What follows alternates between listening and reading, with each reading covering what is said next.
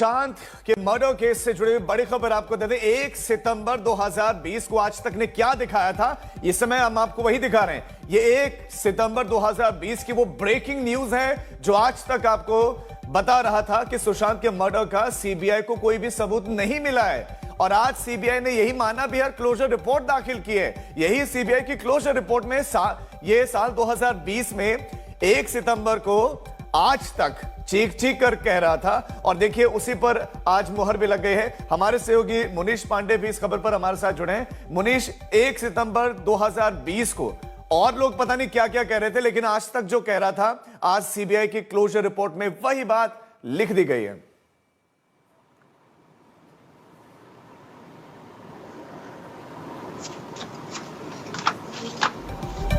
मुनीश, मेरी आवाज मिल रही है आपको? मुनीश तक शायद आवाज नहीं पहुंची, दोबारा उनका रुख करेंगे। लेकिन यह बहुत बड़ी खबर है।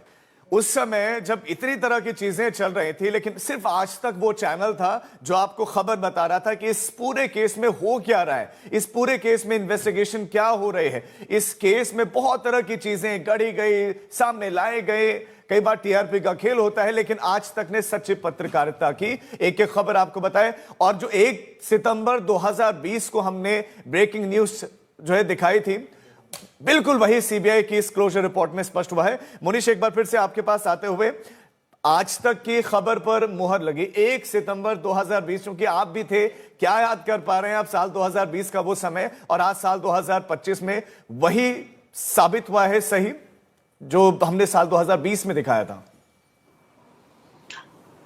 जी बिल्कुल। देखिए राजीव, एक जिम्मेदार पत्रकार होने के नाते हम सबकी जिम्मेदारी होती है कि सच जो है वो लोगों के सामने लाया जाए, चाहे वो कितना ही कड़वा क्यों ना हो, चाहे कुछ लोगों को पसंद आया ना पसंद आया। और इसी की जिम्मेदारी निभाते हुए जब मुंबई में मैं उस वक्त रिपोर्टिंग कर रहा था, तो मेरे सामने चुनौती थी सीबीआई के अधिकारियों से वो सच निकलवाने की।